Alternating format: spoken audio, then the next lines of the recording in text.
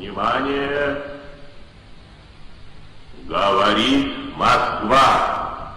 Внимание!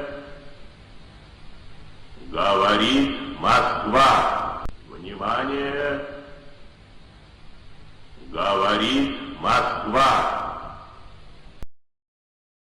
Bienvenidas y bienvenidos a un nuevo episodio de la Radio Roja Parda desde Moscú, una de las capitales del mundo multipolar.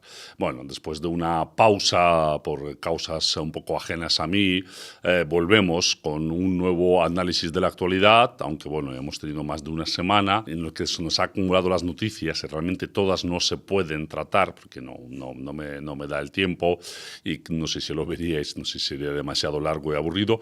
Por eso vamos a intentar, bueno, hablar de los, como siempre, en un formato más o menos de una hora, de unas cuantas noticias, analizarlas, comentarlas y espero que, bueno, que en las próximas semanas volvamos al formato, ¿no?, de un episodio por semana. Aunque, bueno, depende de la agenda, ¿no?, de las cosas, según cómo vayan y de la actualidad, pues se puede hacer más o menos. Bueno, de los últimos tiempos, lo más destacado es que he estado viajando por varias provincias rusas, mirando cómo está el panorama, visitando algunos puntos de interés, bueno, y unos puntos que he visitado y que me han impresionado bastante y que recomiendo a los que vengáis a Rusia, es la ciudad de Rzev, que no tanto por la ciudad, que no me ha hecho demasiada gracia, sino por el monumento que hay a las afueras de la ciudad, dedicado a los caídos, al soldado soviético, que es a los caídos durante la batalla que tuvo lugar en esa zona, las batallas que tuvieron lugar en esa zona, para ser más concretos, ¿no?, y más, con más exactitud histórica, durante la Segunda Guerra Mundial, ¿no? Fue una batalla que es poco conocida, pero que, bueno, causó muchísimas víctimas por ambos bandos, con pocas ganancias, pues de estas batallas que no son demasiado populares ni por un lado ni por otro, pero que fueron una parte de esa guerra, ¿no? Entonces, bueno, la imagen del monumento, la verdad es que impresiona mucho y, bueno, yo, como ya sabéis, el tema histórico siempre lo trato, ¿no? Y la memoria histórica tiene que estar presente. La siguiente noticia de la actualidad, es que durante este tiempo ha habido un intercambio de cuerpos, ¿no?, de 501 cuerpos ucranianos, de combatientes ucranianos han sido devueltos a Ucrania a cambio de 31 cuerpos de combatientes rusos, ¿no? Seguimos con estas proporciones bastante grandes de cuerpos, no siempre en el mismo sentido, ¿no? Se supone que Ucrania muchas veces dice que está ganando kilómetros cuadrados, la prensa occidental, ¿no?, los grupis pro NAFO y tal han dicho que Ucrania ha ganado más kilómetros cuadrados en este tiempo, pues que ha estado en ofensiva, y que Rusia siempre se queda con los cuerpos porque está en ofensiva, pues ¿dónde están los cuerpos rusos en este momento, ¿no? Pues si la proporción sigue siendo la misma, más o menos, porque bueno, la guerra se hace como se hace, ¿no? Eso quiere decir que la proporción sea exactamente, ¿no?, de 12, 15 a 1, yo lo voy a decir, la proporción será de entre 1,5, 2, 3 combatientes ucranianos por cada ruso muerto, pero bueno, siguen siendo unas proporciones altas, ¿no? La otra noticia, que no es una noticia, sino que una fecha histórica que se conmemora en estos días, es el 100 aniversario del fallecimiento de Félix Edmundovich Dzerzhinsky, ¿no?, un personaje, un revolucionario que su figura ha recibido un aura y una fama que no se corresponden exactamente a lo que fue su vida y obra. Entonces yo siempre os recomiendo que leáis, ¿no?, unas cuantas biografías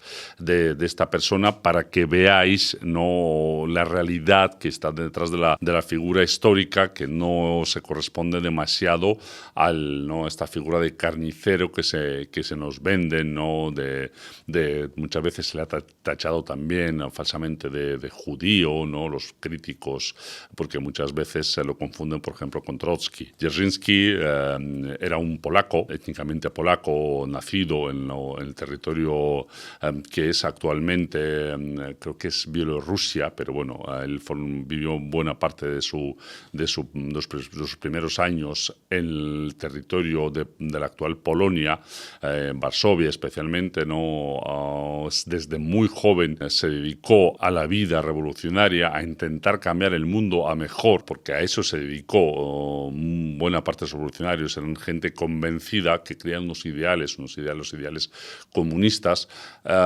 y él pues fue uno de estos, ¿no? Trabajó en varias fábricas donde se ponía a trabajar para hacer formación, ¿no?, entre los obreros, para explicarles sus derechos, para explicarles que un mundo mejor es posible. Acabó varias veces en la cárcel, pasó prácticamente la mitad de su vida en diferentes cárceles, lo cual le sesgó en gran medida la salud, ¿no? Las infecciones, las enfermedades continuas, el que no te curen en la prisión, los médicos deficientes que hay, que, o sea, por ejemplo, en la Polonia actual, en Rusia también, sigue siendo habitual, ¿no?, que los presos no reciben las mejores atenciones sanitarias, lo cual también es algo terrible, ¿no? Yo mismo, pues bueno, salí bastante tocado de la prisión polaca, pero bueno, al final la medicina actual, las buenas condiciones de vida después, ¿no?, sobre todo la alimentación y demás, pues te lo pueden compensar, aunque sea en parte. Bueno, pues Dzerzhinsky, cuando salió de prisión, cuando ya finalmente se dedicó a construir el Estado comunista de la URSS, pues acabó muriendo de agotamiento prácticamente, porque no paraba.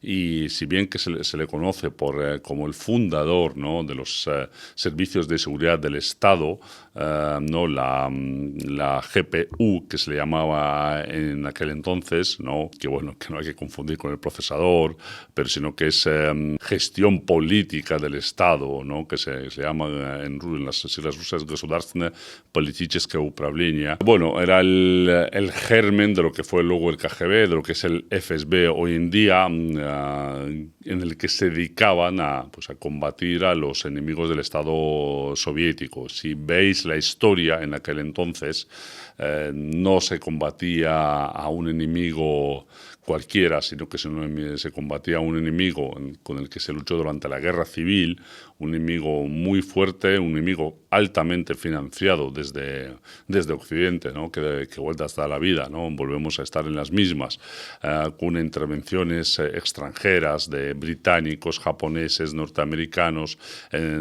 y otra buena gente en territorio ruso. Entonces, bueno, por supuesto, no todo lo que se hizo estuvo bien, y por supuesto que hubo cosas que se podían haber evitado, pero era una época de guerra en la que la guerra civil rusa dejó más muertos en Rusia que la Primera Guerra Mundial, y fue un conflicto terrible en el que del que salieron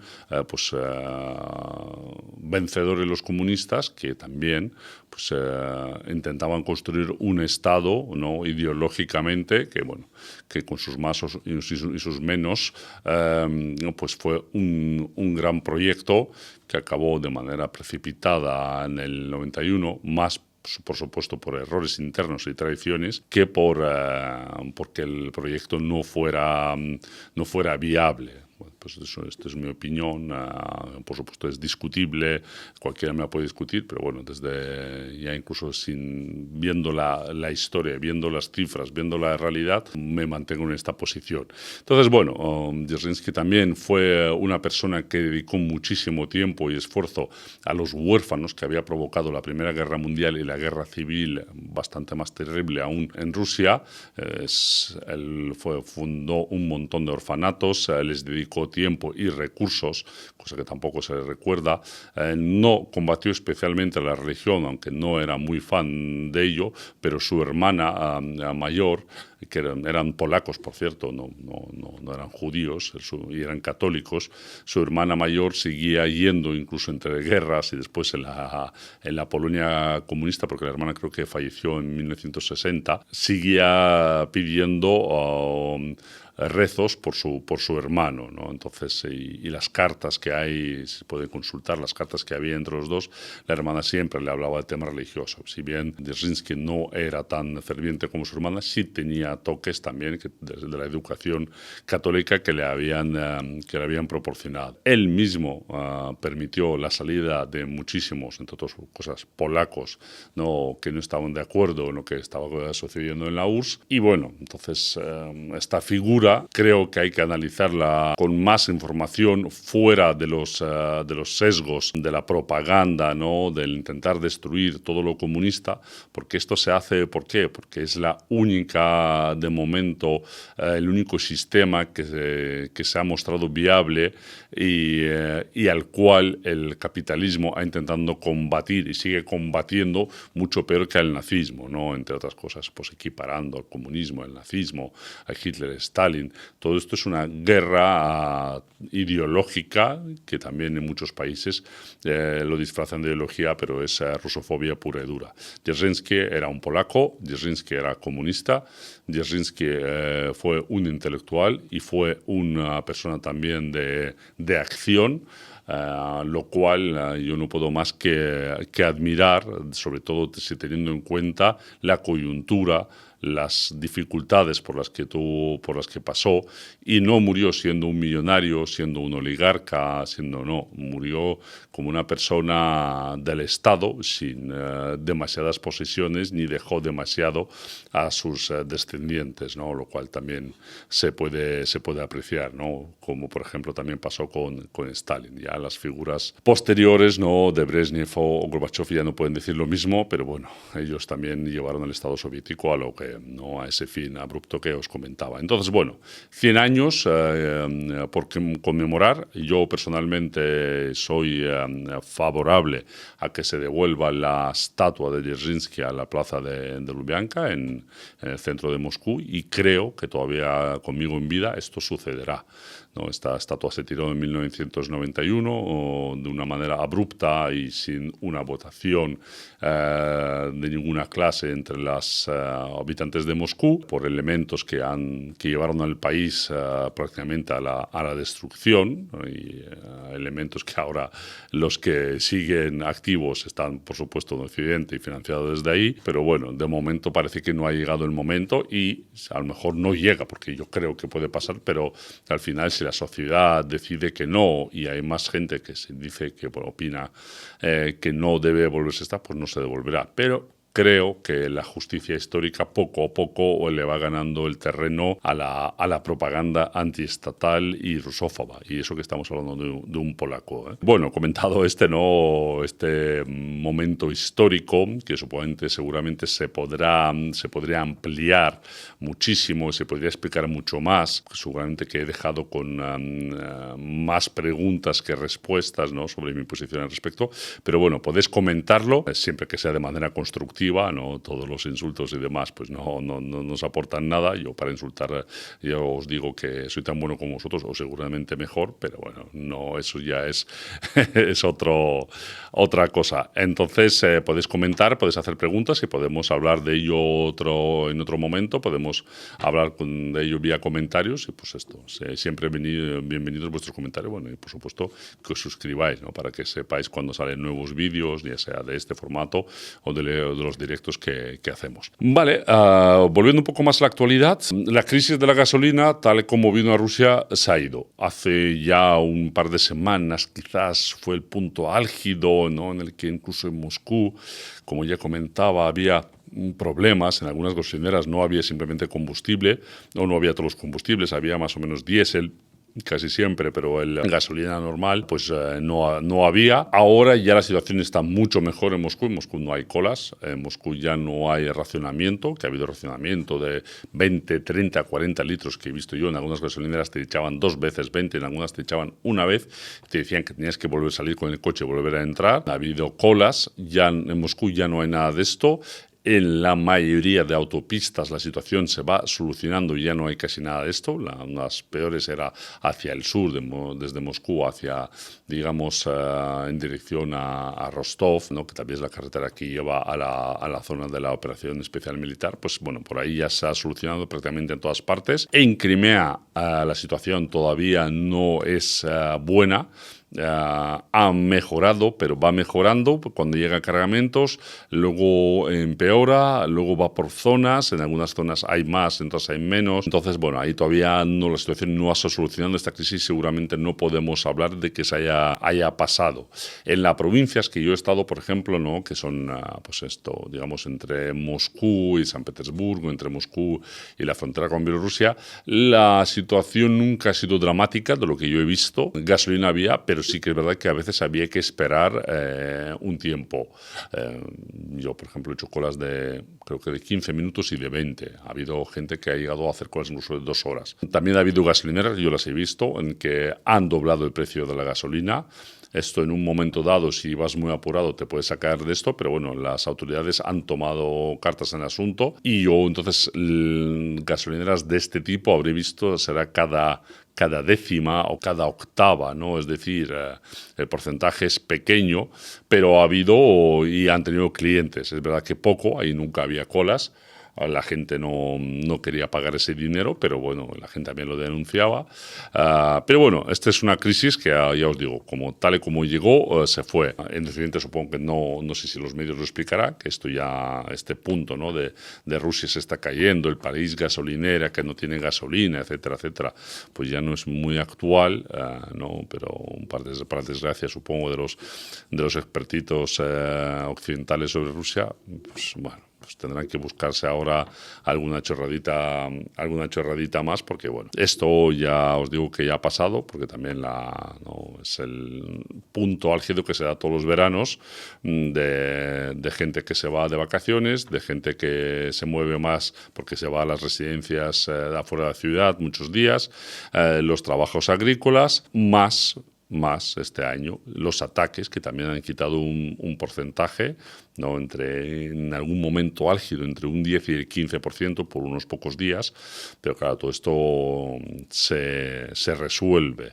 Bueno, y después el pánico de la gente, ¿no? El pánico de la gente que ha colaborado, es el componente que más ha colaborado a los problemas de existencia de gasolina. Gente llenando garrafas, gente llenando depósitos en la casa de campo, etcétera, y gente intentando también hacer de reventa. Pero bueno, todo esto ya ha pasado y veremos si volverá a pasar o no. En cuanto a los ataques entre Ucrania y Rusia, siguen. Se están batiendo récords, sobre todo de drones ucranianos que van hacia Moscú. ¿No? Son centenares y centenares que se van derribando. Se derrite como la nieve bajo el sol, poco a poco.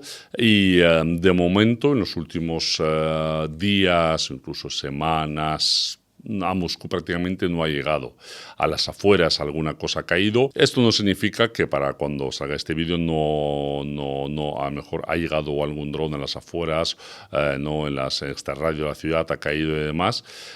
Puede ser, yo creo que el otoño-invierno será bastante más caliente, más combativo en este sentido y habrá más drones, los ucranianos también, el jefe, ¿no? del Firepoint, de la empresa esta, ¿no? Stillerman creo que se llama el hombre, que por supuesto no es ni diseñador, ni tiene nada que ver con los misiles, básicamente es una figura que han puesto ahí del mundo de Zelensky, ¿no? Que es también venía básicamente del entretenimiento, pero lo ponen ahí para intentar encubrir que estos son drones o misiles ucranianos, cuando no son ni drones ni misiles ucranianos.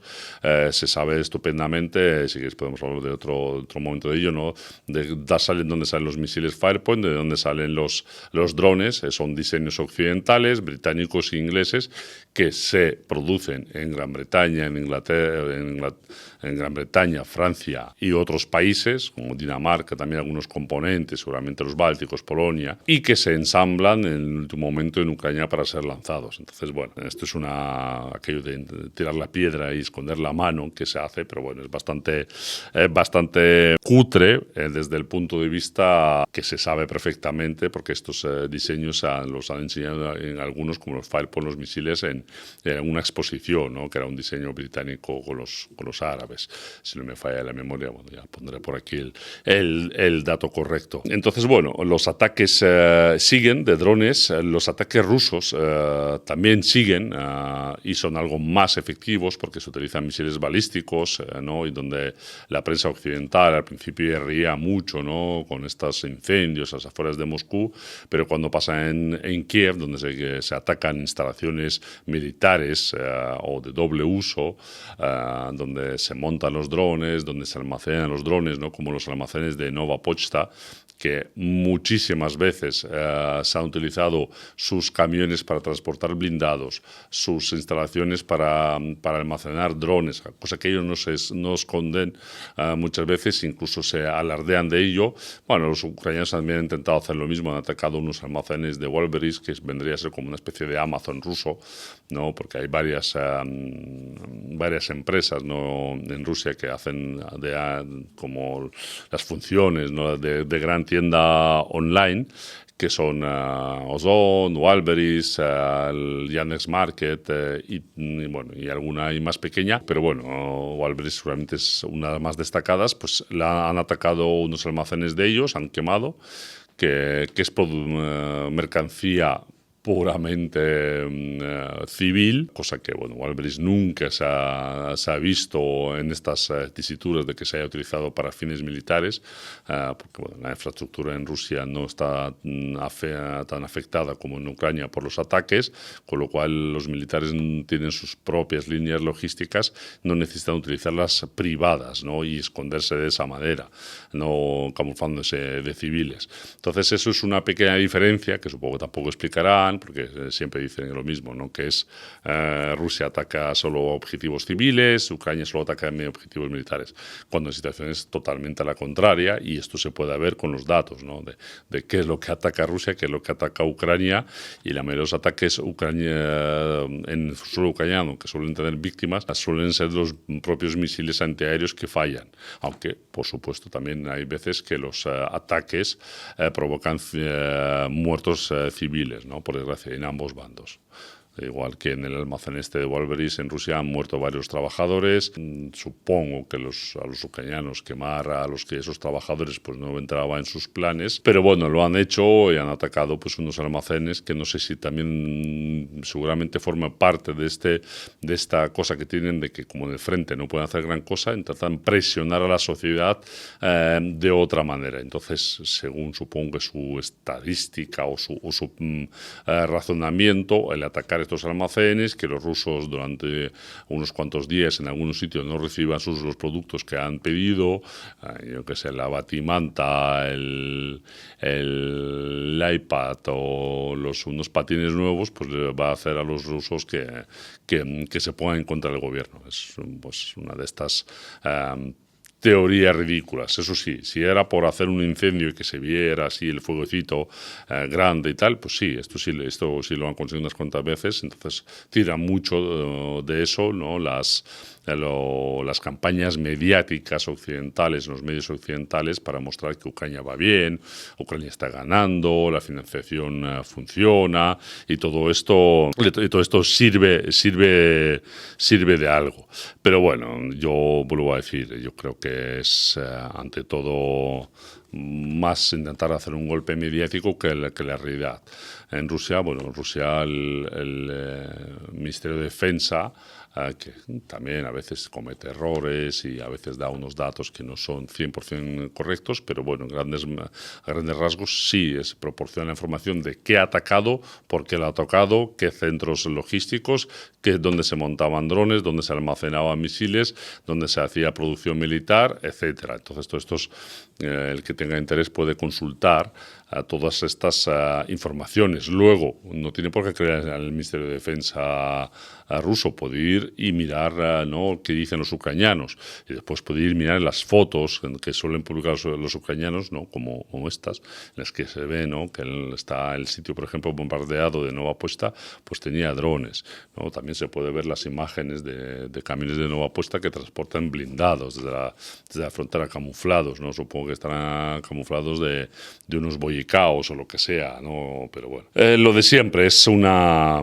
guerra de informativa. Mientras tanto, por hablar de noticias en Rusia, Rusia sigue ya cada vez más activa, ¿no? Los preparativos para las elecciones legislativas que se van a celebrar en septiembre de este año. Los diferentes partidos políticos van presentando sus programas. Sinceramente, sí suele ser todo lo bueno contra todo lo malo. Sí hay representados partidos desde la más izquierda, ¿no? El Partido Comunista, más después está la variante del Partido Comunista, ¿no? Digamos en su reedición más nueva, intentando romper, ¿no?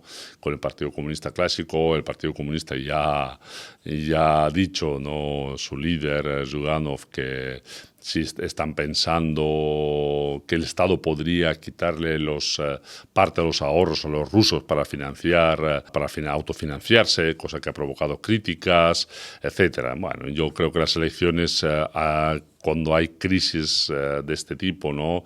O no crisis, sino momentos de inestabilidad internacional, teniendo en cuenta que casi todos los partidos tienen la misma posición, a grandes rasgos, menos quizás Yabloko, que no está en el Parlamento ahora, pero que potencialmente podría entrar y que está en otros parlamentos regionales, que ellos sí que son totalmente anti-guerra. Los demás partidos, pues de una manera u otra, dicen que apoyan la operación especial militar, aunque con sus peculiaridades, ¿no? Algunos dicen que hay que atacar más, otros dicen que hay que atacar de otra manera, etcétera, etcétera. Pero bueno, en ello están. Sí que es verdad que, por ejemplo, Yabloko ha sufrido la atención de varios de sus candidatos.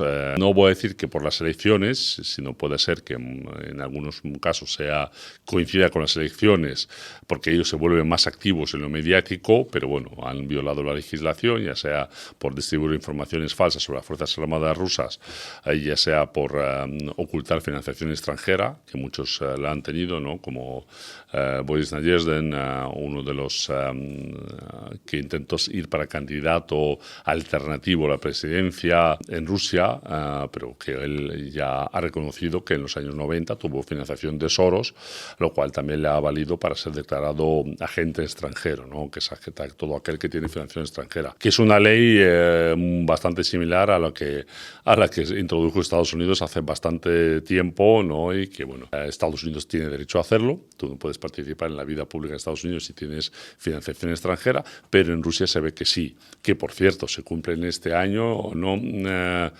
30 años de las elecciones en las que salían portadas como esta, en las que los norteamericanos pues, reconocían y se alegraban y sacaban pecho por haber ayudado a la reelección de Yeltsin, ¿no?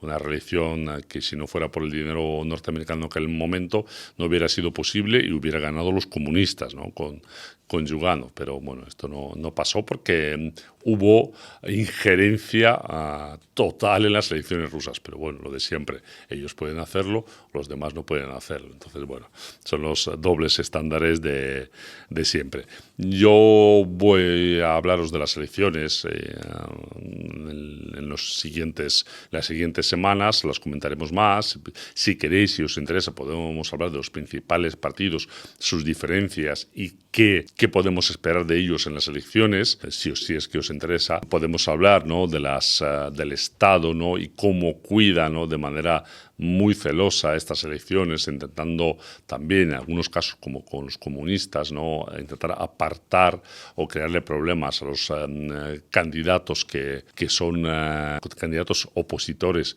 que pueden hacer sombra a los del poder actual, ¿no?, a Rusia unida.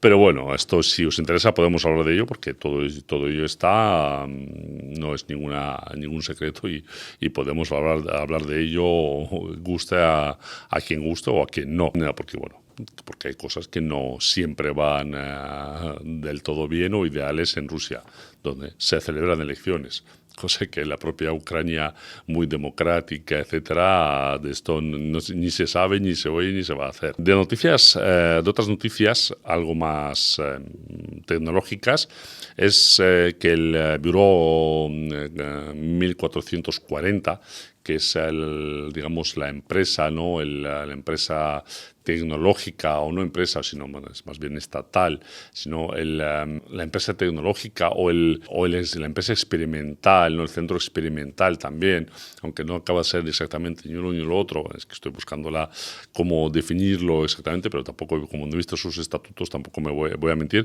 Pero bueno, el Bureau 1440 o 1440 es son los encargados de diseñar y de hacer una especie de Starlink ruso. Ellos ya lanzaron, creo que fueron 15 o 16 drones hace unos meses, y ahora han vuelto a lanzar más satélites. Son satélites. Entonces, estos satélites están de momento en fase experimental, y pues básicamente van a proporcionar eso, ¿no?, internet de alta velocidad vía los satélites desde el espacio. No sé exactamente, a día de hoy no han dicho cuántos han lanzado, pero pues supongo que serán otros 10, 15, algo así, y poco a poco este grupo va a seguir aumentando hasta que Rusia tenga su propio internet vía satélite disponible de manera convencional para todos, no solo para los militares, sino también para todo el público civil, por lo menos ruso. No creo que esto se vaya a vender al extranjero. Esto, lo de siempre, es un paso más que se podría haber dado mucho antes, porque la tecnología, los proyectos había, pero bueno, hasta que no ha habido la necesidad, ha premiado, pues no se ha hecho. Pero bueno, Rusia tecnológicamente se lo puede permitir, lo puede hacer, cosa que los sistemas europeos similares, pues seguimos esperándolos. El sistema Galileo, que es el análogo europeo del GPS norteamericano o al GLONASS ruso, sigue ahí yendo, pero no tan bien.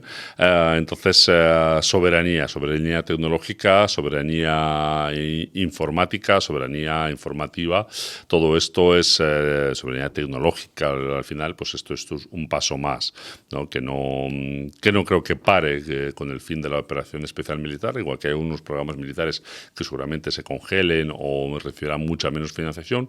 Lo del internet vía satélite ruso, teniendo en cuenta sobre todo también el tamaño del país, pues es un proyecto que solo irá en aumento, ¿no? Bueno, si algún día se abre para otros países, pues bueno, mejor, ¿no? Más competitividad, ¿no? No queremos competitividad, no venimos un mundo capitalista, pues vale, a competir, a ver qué soluciones son más efectivas, etcétera. De todos modos, también por decirlo, a día de hoy Starlink tiene no sé cuántas veces más satélites, y hasta que su análogo ruso dé los mismos resultados de la misma manera, pues todavía pasará un tiempo. Entonces también se está haciendo, pero no, tampoco voy a decir que lo otro es una mierda o que no, porque el otro de momento sigue siendo mucho más grande, solamente siempre tendrá más satélites, pero poco a poco la cosa se va nivelando, ¿no? Y con menos satélites para las necesidades rusas se puede cubrir estupendamente. Hablando ya no de satélites, sino de drones, aunque bueno, al principio me he equivocado ahí llamando a los satélites drones, ha habido otra operación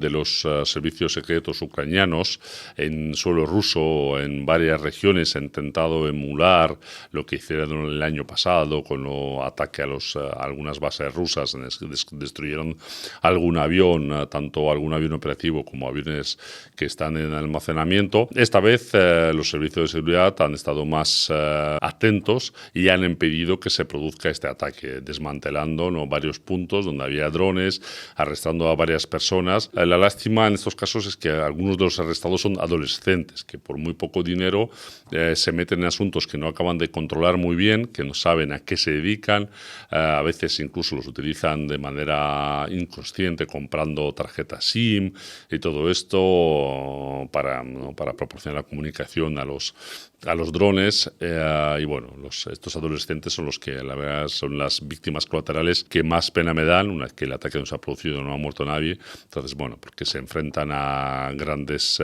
potenciales, grandes penas de prisión y vidas bastante rotas. Otros, los agentes que eran conscientes de lo que estaban haciendo, que los habían enseñado en Occidente, ¿no?, en Ucrania, con participación de instructores occidentales, pues bueno, se ha metido en un lío y no los han asesinado, no se han resistido, con lo cual, pues bueno, cumplirán sus penas y luego a seguir con su vida, y si se pueden reinsertar en la sociedad, mejor que mejor, y tal.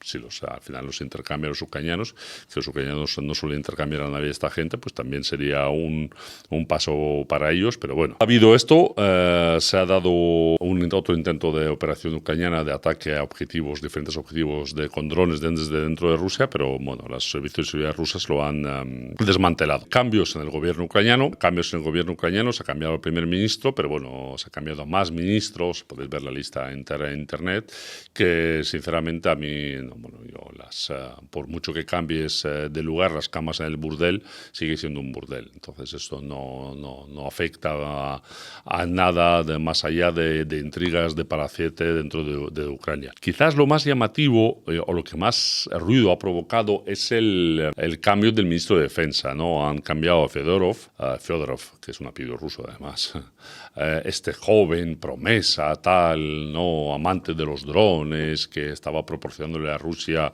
que estaba ganándole a Rusia la guerra después de tanto tiempo, pues Zelensky lo ha cambiado. A ver, si estás ganando la guerra, si todo te va bien, no cambias a nadie. Si cambias a alguien, es que las cosas no van bien, si es que hay otros problemas, que yo sinceramente no estoy en la cabeza de Zelensky, no estoy metido en su palacio, entonces conozco lo mismo que vosotros, que son informaciones públicas, bueno, alguna información también de otras fuentes también conozco, de los que viven ahí, he hablado con ellos, saben de lo que se trata, pero en general no es una cuestión tanto de grandes momentos ideológicos o de grandes diferencias políticas, sino de celos, porque Zelensky no acepta a nadie que pueda hacerle la más mínima sombra, ¿no? Así se deshizo, ¿no?, de Zaluzny, que lo mandó el comandante de las Fuerzas Armadas, que lo mandó a Londres de embajador, aunque Zaluzny dice que va a volver, ahora está criticando ya a Zelensky más o menos. Entonces Zelensky es muy celoso con cualquier figura de estas, y Fedorov pues le estaba haciendo también sombra, ¿no? Tipo joven, de buen aspecto, tema tecnológico, los drones, militar, pues sería un potencial que podría hacerle sombras a Zelensky en el futuro. Y Zelensky estas cosas no le gustan nada. ¿Y por qué no le gustan nada? ¿Porque él se cree más guapo que Fedorov o menos hombre que Zaluzny? No, es dinero. Es dinero. Cualquier cosa que no entiendas en Ucrania, y eso desde tantos años que he trabajado ahí, siempre me he dado cuenta, si no entiendes algo, busca el dinero. Si no entiendes algo, es que es cuestión de dinero. Que tú no lo vas a ver, por supuesto, ellos no te lo van a enseñar, pero siempre es una cuestión de dinero. De que este está robando, este no está robando, ya entra muchísimo dinero en el país. Son decenas de miles de millones de dólares, de euros, de diferentes ayudas para defensa, etcétera. Vale que si buena parte de ese dinero luego se devolverá a Occidente, ¿no?, en forma de contratos, por supuesto a precios mucho mayores, ¿no?, cosa que ha pasado, por ejemplo, con la munición de artillería. Se pagarán sobornos a los políticos que han dado ese dinero a a Ucrania, ¿no? Esas mordidas, etcétera, etcétera. Pero también da lugar a que dentro de Ucrania robes, te hagas de oro, después buena parte de ese dinero lo puedas sacar y hacerte pues tu vía en España, en Francia o en los Emiratos, etcétera, etcétera. Entonces hay muchísimos militares, políticos ucranianos que se han vuelto millonarios, multimillonarios. Si hay gente de estos de centros de reclutamientos que tienen millones de dólares que han sacado de la gente para no ser reclutada, imaginaos lo que están robando los políticos y militares y cargos con poder de decisión. Es increíble el dinero que están haciendo. Entonces, que Zelensky ahora cambie algunas figuras, es porque no va bien, porque si fuera todo perfecto no cambiaría nada, porque le interesará ganar la guerra, ¿no? Teoría. Entonces, si te va todo tan bien como lo han puesto en las últimas semanas los medios occidentales, perdón, señor Bader, no vas a meterte en un follón de cambiar a un ministro súper efectivo y popular. Nadie es tan gilipollas, ni siquiera el presunto cocainómano de Zelensky. Entonces, a ver, un poco de sentido común. Si cambian es porque hay ambiciones políticas de la otra parte y todas las ambiciones políticas en Ucrania llevan al poder que es dinero. Dinero constante y sonante que se roba. Toda la historia de Ucrania, desde su independencia de la Unión Soviética, es un robar, robar, robar y robar. Y se puede ver de manera clara con cada gobierno, con cada cambio, cuántas veces se han denunciado los unos a los otros, cuántos han intentado acabar en prisión, y los oligarcas y sus relaciones con el poder. Podemos hablar de esto, es un tema extenso que conozco de manera muy profunda, pero vamos, a grandes rasgos, ¿que ha habido cambio? Pues es que es que es cuestión de dinero. Cuestión de dinero, y también porque Fyodorov era una persona muy cercano a los occidentales. Los occidentales lo tenían en su agenda, en su nómina, porque prueba de ello es otra de estas cosas, ¿no? Cuando hubo en Ucrania, está la caza del hombre. ¿Hay manifestaciones grandes por ello? No. Hay manifestaciones pequeñas, no de repente ataques a los centros de reclutamiento, a los policías militares que reclutan, o como ha habido en Lviv, ¿no? La parte más nacionalista ucraniana, en teoría, donde se han sublevado contra ellos, ha habido en otras partes.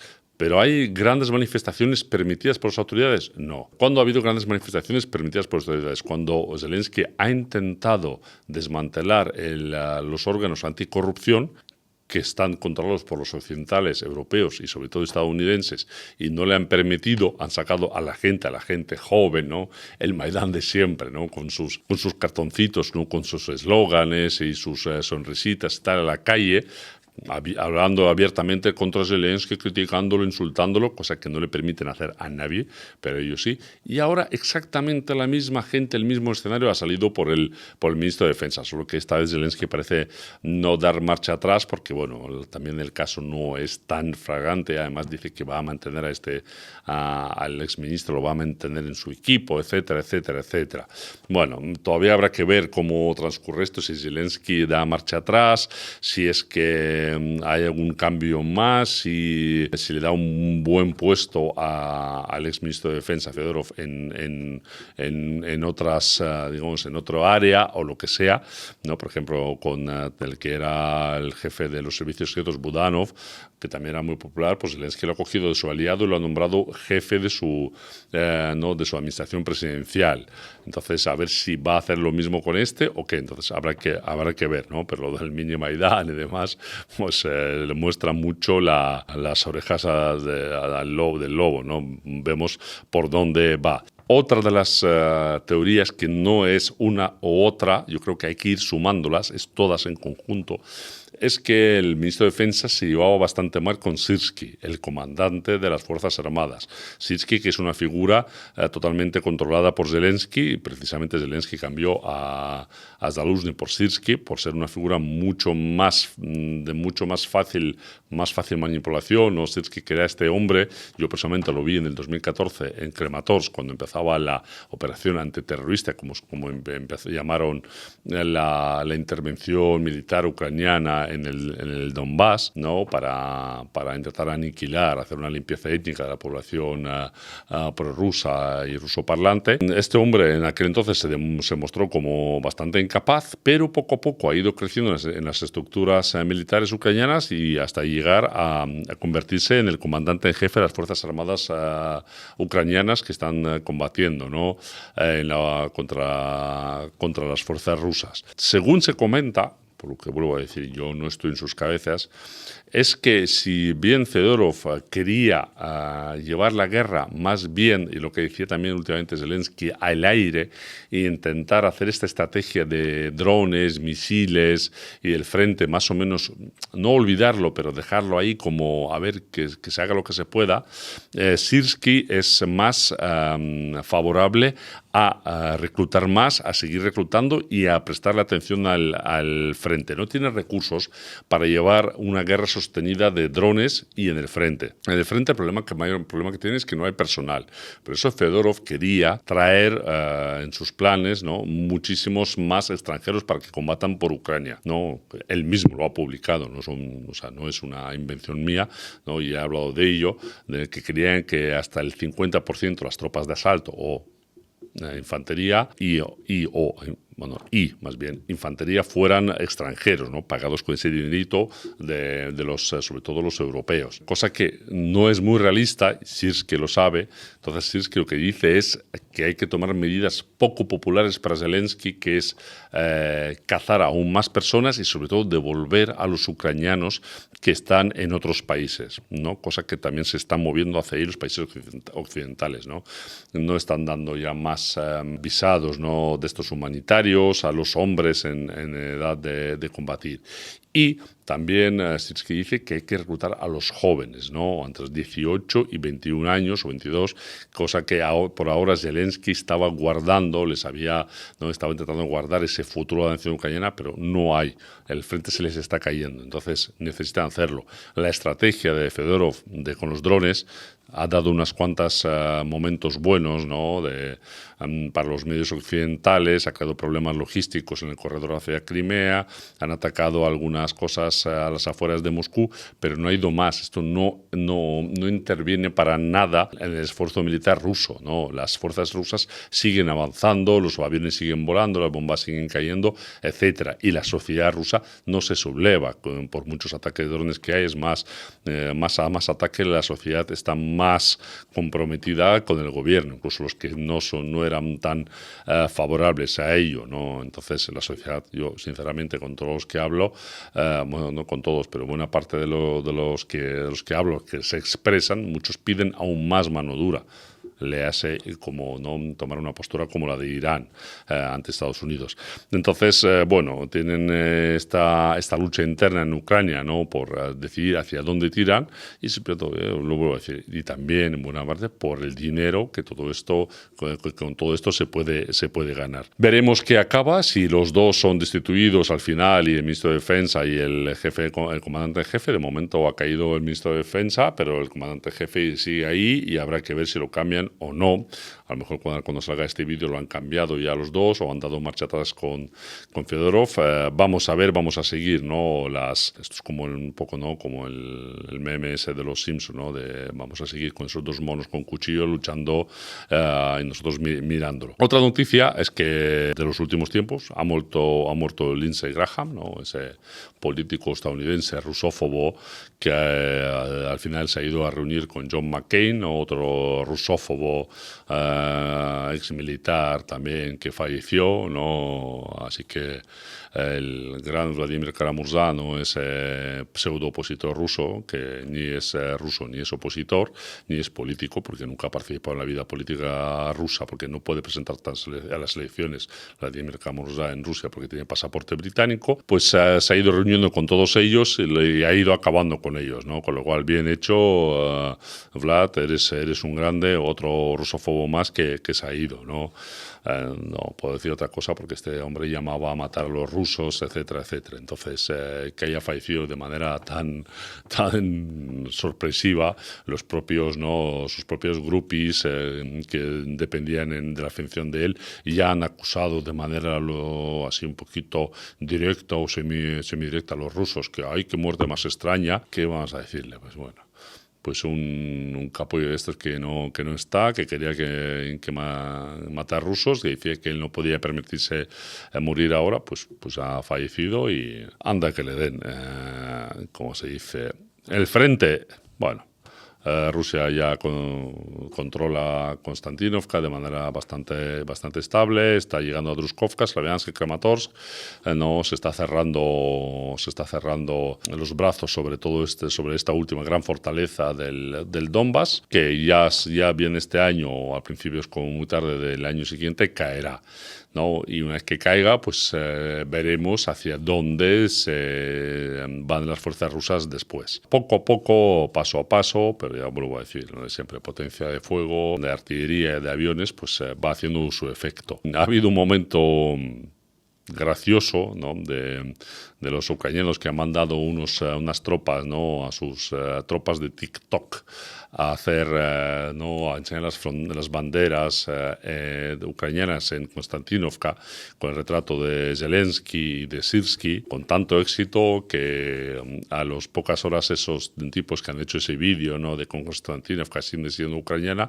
a las pocas horas estos tipos han hecho el mismo vídeo, pero ya siendo presos de la fuerza rusa, ¿no? Que pondré por aquí, porque bueno, es que es reír por no llorar. Por lo demás, lo dicho antes, ¿no? Lo siguen los ataques rusos a los centros logísticos de Kiev y sobre todo también de Odessa, el puerto y los barcos, ¿no? Entre los dos, tanto los ucranianos atacando los barcos rusos como los rusos atacando los barcos ucranianos. Veremos si esto para finales de verano provoca una nueva crisis humanitaria de alimentos en otros países, porque al final buena parte de los barcos que salen de los puertos rusos llevan grano en esta época. Ucrania ya con el grano lo tiene un poquito peor, pero el tema de que recibe una parte de ayuda militar vía los puertos del sur del país, pues es actual. Entonces, ahora estos barcos que están siendo atacados de una manera ya sistemática,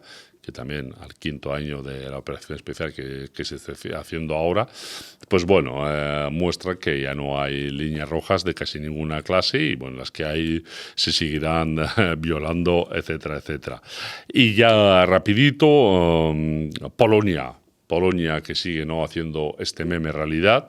La opinión pública polaca, por primera vez desde con el inicio de la operación especial militar en febrero del 22, más polacos ven de manera negativa a los refugiados ucranianos que de manera positiva, ¿no? Se está girando y con ello va a girar la clase política, porque la clase política polaca, sobre todo los que están ahora en la oposición, los que también el presidente es de los suyos, porque hay sobre todo más poder tiene el primer ministro, son populistas de extrema derecha que van a utilizar este tema ucraniano de manera masiva. Está utilizando, pues entonces las relaciones entre Polonia y Ucrania pues van a ir cada vez a mejor, no van a ir, digámoslo así. Veremos si la clase política le llega un poco el sentido común para no enfadarse más, pero bueno, el sentido común y los políticos polacos ucranianos pues no acaba de ser del todo compatible. Ha habido informaciones de los servicios de inteligencia rusos que Alemania, es que eso es un rumor que lleva ya un tiempo ocurriendo, que Alemania está trabajando, el Estado alemán, un montón de instituciones alemanas, por lo menos más de 30 instituciones, están trabajando para que Alemania tenga armamento nuclear. Lo cual, desde el punto de vista alemán, supongo sería lógico, pero desde el punto de vista histórico, dado el comportamiento alemán y sus cositas, ¿no? Pues no sé si es buena noticia del todo. Y habrá que ver si Estados Unidos, Rusia y Francia, ¿no? Y Gran Bretaña también, potencias mundiales y vecinas de una manera o cercanas de una manera u otra, unos geográficamente, otros en teoría por el bloque de la OTAN a Alemania le permiten hacer esto, ¿no? Y qué posibles consecuencias puede tener el que Alemania vaya a tener armamento nuclear. Yo creo que tarde o temprano tanto a Alemania como Japón lo acabarán teniendo. Entonces vamos a ver si es más tarde o más temprano, ¿no? Desde luego no es la mejor noticia o la noticia más positiva el que Alemania vaya a tener armamento nuclear. Ya yéndonos a cultura y deporte, no. Sigue la histeria occidental, sobre todo la británica, con la serie rusa Masa y el oso, ¿no? Que los derechos ha comprado Netflix y la va a poner en su catálogo, ¿no? Es una serie rusa, ¿no? De animación basada en el cuento, ¿no? de Masa y los tres osos, los osos y demás. Bueno, pues habrá que ver si le he dado más publicidad, porque la publicidad que le han dado y la cantidad de memes que han creado gracias a ello, incluso animaciones alternativas hechas con inteligencia artificial, pues llama la atención, ¿no? Mejor publicidad no le podían haber hecho, y supongo que los británicos, ¿no? La pequeña Pakistaña no debe tener otros problemas que una serie de dibujos animados rusa. ¿Qué cosas? En el deporte, bueno, la noticia en Rusia es que el Comité Olímpico Internacional le ha devuelto, creo que de manera temporal, aunque no sé muy bien qué significa eso, los derechos al Comité Olímpico Ruso para competir con su bandera e himno. Entonces los equipos de voleibol, balonmano, ahora atletismo, natación, esgrima, etcétera, rusos volverán a competir, ¿no? Malas noticias para otros países que estaban hinchándose de medallas que de otra manera tengo que compartir con los rusos. Personalmente tengo doble sensación con esta. Yo no soy deportista profesional, con lo cual a mí las competiciones internacionales ni me van ni me vienen. Entonces, por un lado, bien que los deportistas que quieran competir tengan esta posibilidad, este derecho, pero por otro lado, teniendo en cuenta que los países occidentales han utilizado de esta manera el deporte, entonces volver a competir con ellos es en cierta manera como legitimarlos, ¿no? No sé, yo de verdad creo que hay que ser superior a esto y mirarlos por encima del hombro, y bueno, y a la que se les pueda devolverle todos estos malos gestos que han tenido. Ya lo último, España ha ganado el Mundial de Fútbol. Muchísimo mejor que Argentina, ha jugado bastante mejor. Me alegro que Argentina no haya ganado la final, porque ese antifútbol, ese no saber perder, y sobre todo, como ha dicho un amigo mío, ¿no? Aguantar a los argentinos ahora 4 años más siendo campeones del mundo hubiera sido duro. Entonces yo creo que sinceramente, ya más allá de coñas y chistes, creo que se ha hecho justicia deportiva. El mejor equipo ha ganado el Mundial. Personalmente creo que Francia en algún momento se ha jugado bastante mejor, ha tenido un fútbol más atractivo, pero bueno, España les ha ganado de manera clara, dándoles una lección de fútbol, y ha ganado la verdad es que un mundial, ¿no? Con récord histórico de goles en contra, solo 1, y ganando de las mejores selecciones, ¿no? A Portugal, Bélgica, Francia y Argentina, ¿no? Entonces creo que el mundial ha sido demasiado comercial, con estas pausas por la publicidad y demás, demasiados equipos, porque no hay nivel de fútbol para tantos equipos, pero bueno, el final ha sido justo, por decirlo así. Que bueno, felicidades a los campeones, felicidades a todos que lo hayan celebrado, y vamos a ver el futuro de este deporte, que ya no es demasiado deporte, sino que es cada vez más un juego de multimillonarios. Bueno, hacia dónde nos llevan, y si es que al final en algún momento vuelven los equipos rusos, que históricamente ha habido momentos buenos, pero que en la actualidad no juegan demasiado bien a fútbol. Así que con esto acabo por hoy, y pues nada, salud, suerte, libertad y...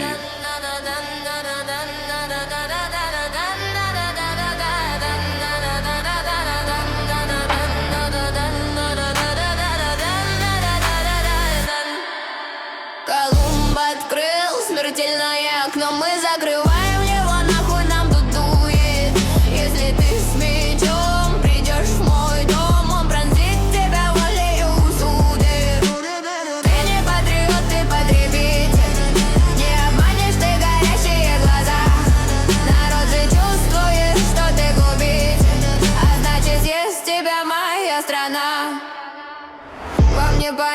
король моего народа. Ты за кордоном, тебе нихуя не видно.